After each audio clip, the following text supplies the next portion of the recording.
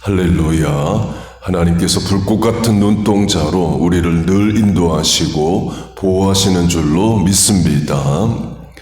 하나님의 보호하심에 고난도 있다는 제목으로 말씀을 전하겠습니다. 본문을 보면 하나님이 우리를 보호하신다. God is protecting you를 말합니다. 어제 출애굽 광야 40년이 하나님의 보호하심에 역사였다를 강조했습니다.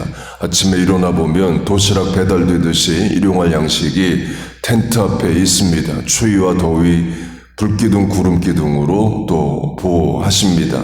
반석에서 강 같은 물이 나와서 마시게 됩니다. 신명기를 보면 그 40년 동안 옷이 헤어지지 않고 신발이 닳지 않았다고 말합니다. 그렇게 하나님이 보호하시고 공급하십니다. 그래서 이렇게도 해석할 수 있습니다. 광야 40년 동안 배고파서 죽은 사람 없고 추위와 더위에 죽은 사람 없습니다.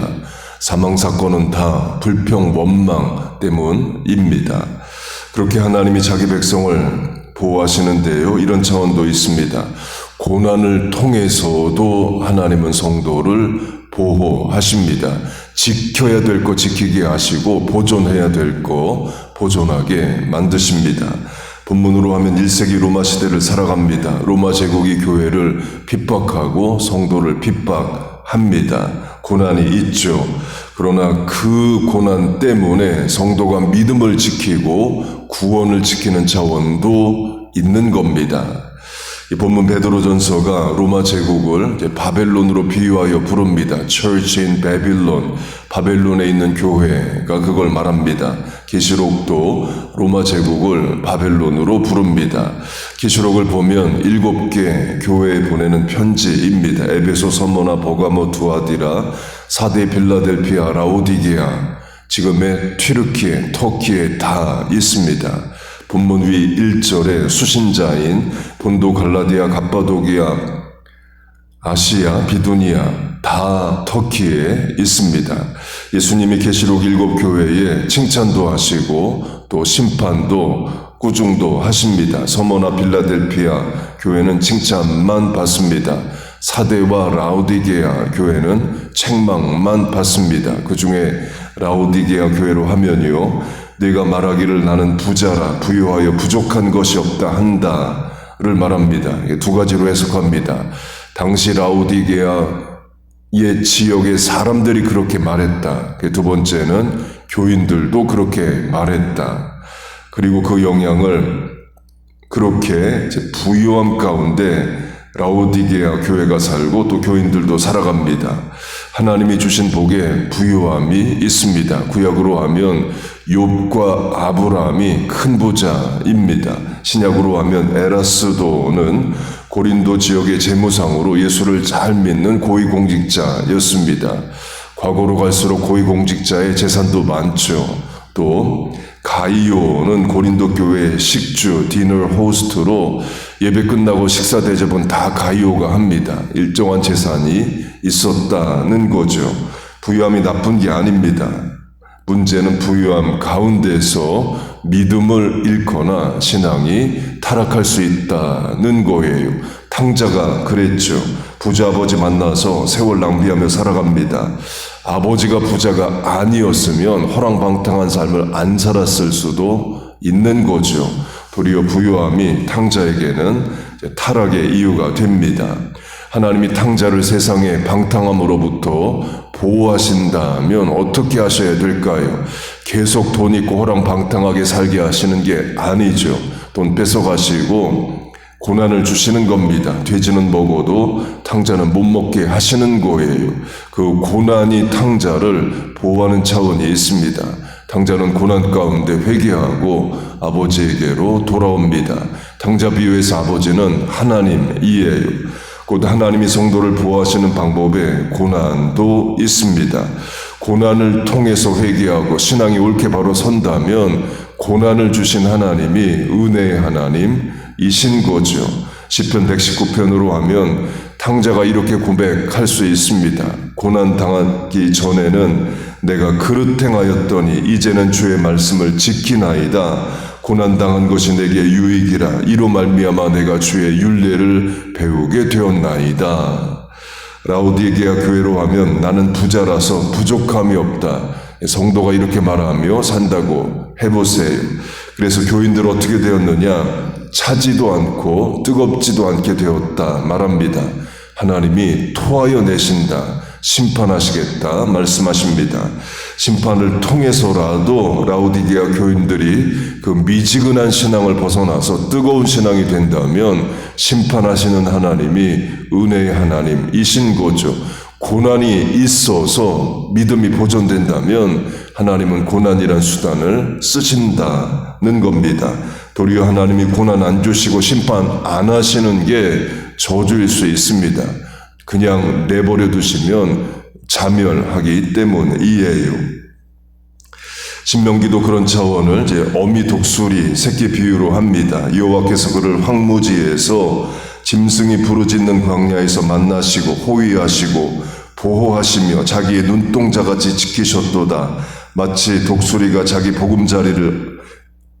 보금자리를 어지럽게 하며 자기의 새끼 위에 너풀거리며 그의 날개를 펴서 새끼를 받으며 그의 날개 위에 그것을 엎는 것 같이 여호와께서 홀로 그를 인도하셨고 그와 함께 한 다른 신이 없었도다. 호위하다 보호하다 지키다 인도하다 함께 하신다를 어미 독수리가 새끼를 보호하는 것으로 비유하여 말씀하십니다. 시편 94편도 같은 차원의 말을 합니다. 그가 너를 그의 깃으로 덮으시리니 내가 그의 날개 아래에 피하리로다로 하나님을 어미새로 비유합니다. 그렇게 어미 독수리가 새끼를 보호한다를 말하는데요.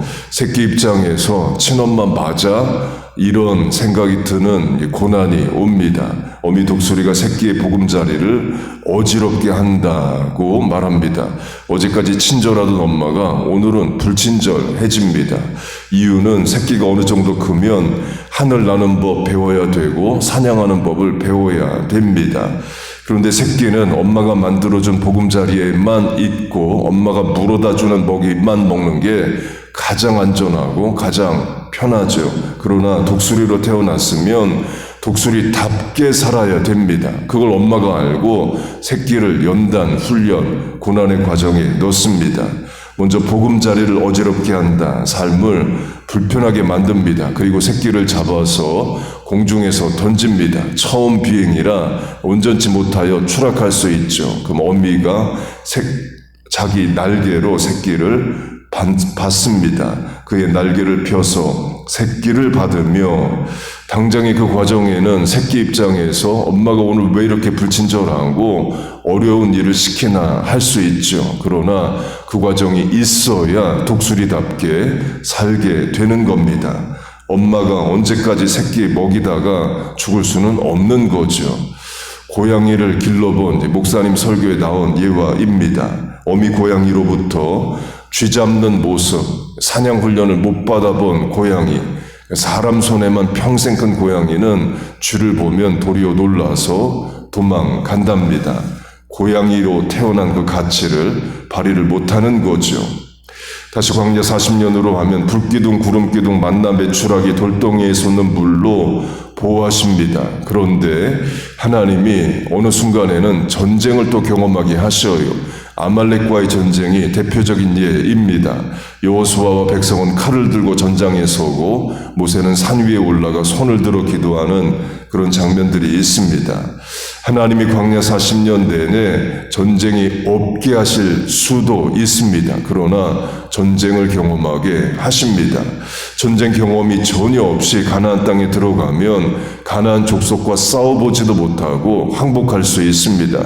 이미 그 조짐이 보였죠. 가데스 바네아에서 정탐꾼 갔다가 돌아와서 하는 말이 그들은 안악자손, 좌이언트, 거인 족속이라 우리는 메뚜기와 같다. 아예 시도도 안 해보고 포기하는 말을 합니다. 그런 상태에서 가나안에 들어가면 정복하는 게 아니라 바로 항복해 버립니다. 그럼 하나님 어떻게 하셔야 할까요? 전쟁 경험을 하게 하시는 겁니다. 그래야 가나안 족속 안악자손 거인들과도 싸우는 겁니다. 그 준비 훈련을 광야에서 시키십니다. 아말렉과의 전쟁이 대표적인 예입니다. 그 전쟁 경험을 하게 하시는 게 진짜 하나님이 자기 백성을 보호하시는 거죠. 어미새가 새끼를 공중에서 떨어뜨리는 게 진짜 새끼를 보호하는 차원입니다. 그래야 새끼가 독립하고 스스로 생존하게 하는 거죠. 라오디게아 교회로 하면 나는 부유하다, 부족함이 없다, 계속 그 상태로 놔두시는 게 하나님의 보호가 아니라 입에서 토하여 내서 그 과정을 통해서 믿음 회복되고 구원의 신앙 지켜진다면 그게 정말 하나님이 성도를 보호하시는 일입니다. 하나님의 보호에 고난도 있다. 이 마지막 예입니다. 야곱의 아들 요셉이 먼저 이집트에 가고 나중에 야곱과 후손들 70여 명이 요셉에 있는 이집트로 갑니다. 그때 하나님이 야곱의 가족을 고립된 고센 땅에서 살게 하십니다. 이집트인과 아예 섞이지 않게 하셔요. 근거는 야곱이 이집트 왕에게 우리는 대대로 목축하는 자라 하자 그 다음 말씀이 이집트인들은 목축을 가증하게 여겼다고 말합니다.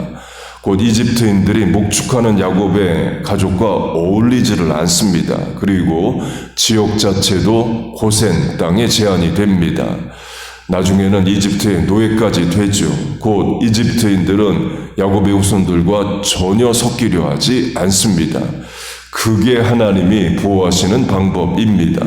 만약 야곱의 가족이 이집트에 가서 대접받고 430년 내내 인정받고 이집트에서 고난 전혀 당하지 않고 그러면 이집트에 동화돼 버립니다. 이집트인들과 결혼하고 거기서 사업하고 부동산 얻고 그렇게 잘 살 수 있습니다. 그런 상태에서 모세가 가서 출애굽하자 그러면 출애굽 안 하죠. 이집트에 정착한 게 400년이 넘고 여기서 이집트인들과 장사하고 사업하고 부동산 있고 잘 살고 있는데 왜 낯선 땅 가나안에 가야 되느냐? 출애굽 안 합니다. 고난 받았으니까 아들이 죽어나가니까 이집트를 떠나자 할 때 떠난 거죠. 미국 사는 주희 씨도 비슷합니다. 1948년 이스라엘 독립했습니다. 그러면 가야죠. 안 갑니다. 미국 사는 게 좋아서 그래요. 여기 부동산이 있고 사업이 있고 대대로 살았고 이스라엘 안 가죠. 그럼 누가 가냐? 러시아 사는 주희 씨들이 많이 갔습니다. 공산 치하에서 핍박받고 가난하고 그러니까 이스라엘 갈 길 열릴 때 간 거예요. 그래서 지금도 이스라엘에서 쓰이는 제2 외국어는 러시아어입니다. 영어보다 러시아어 쓰는 사람들이 훨씬 더 많습니다. 강조점은 하나님이 성도를 보호하신다는 거예요. 그런데 그 보호 방법에 고난도 있다입니다. 곧 어떤 방법을 쓰시든지 다 우리를 위하여 잘되게 하기 위하여 쓰시는 겁니다. 하나님은 자기 아들을 죽기까지 우리에게 주신 분입니다. 그분이 어떤 방법을 쓰시든 결국 우리를 유익하게 하기 위함이에요. 고난당한 것이 내게 유익이라 시편이 그걸 말합니다. 화가 변하여 복이 되게 하십니다. 합력하여 선을 이루십니다. All is well that ends well. 끝을 좋게 만드십니다. 여러분 믿습니까? 그 하나님을 믿고 오늘을 인내하고 살아가는 우리와 자녀 교회 되기를 주의 이름으로 축복하고 축원합니다. 아멘. 기도하겠습니다. 하나님 아버지 늘 우리를 보호하시고 인도하시고 공급하여 주심을 감사합니다. 때론 고난을 통해서라도 우리를 경각하게 하시고 지켜야 될 것 지키고 회복할 것 회복하게 하여 주심을 감사합니다. 하나님의 베푸시는 모든 손길과 인도 가운데 하나님을 경험하고 또 찾게 하여 주옵소서. 우리와 자녀들 믿음 지키게 하시고 구원 지키게 하여 주옵소서. 오늘도 하루의 첫 시간 주의 전에 나와 기도하고 찬송하고 말씀 듣고 시작합니다. 남은 시간 공간 판단 만남 결정 사람에 함께 하시고 도와주옵소서. 이 시간에 간구에 응답하여 주옵소서. 예수님의 이름으로 기도하옵나이다. 아멘.